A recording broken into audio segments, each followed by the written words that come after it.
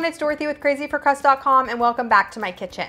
I am continuing my tips series today. We are talking all about cake flour.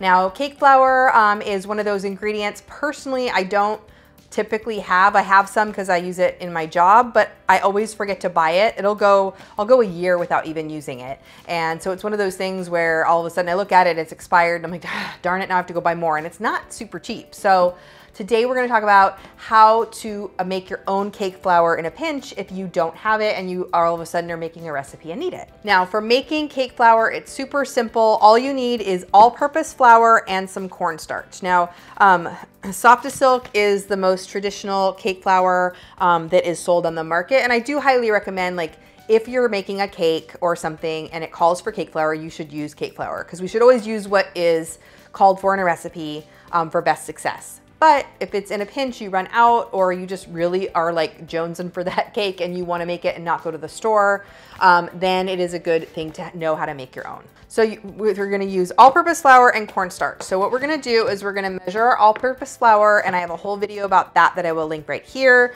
But to make your own flour, what we're going to do is make sure you do the scoop and level method for your measuring. So again, we don't scoop with the measuring cup, we scoop with the spoon into the measuring cup. So I'm going to scoop this in like so.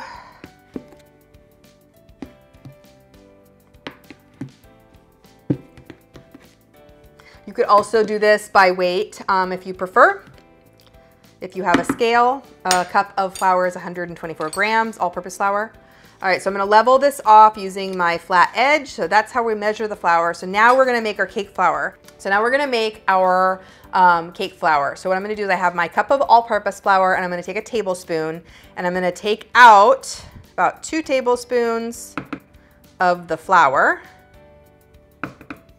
And I'm gonna use a bowl because it'll just be easier to mix it that way. I'm gonna add my scant 1 cup of flour there. And then I'm gonna add 2 tablespoons of cornstarch. Like so. Whisk that together.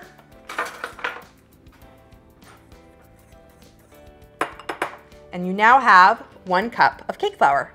Super simple. You can use this as measured, measure for measure in a cake flour recipe. And that's it. That's so simple. If you need cake flour and you don't have any, that's how you make it.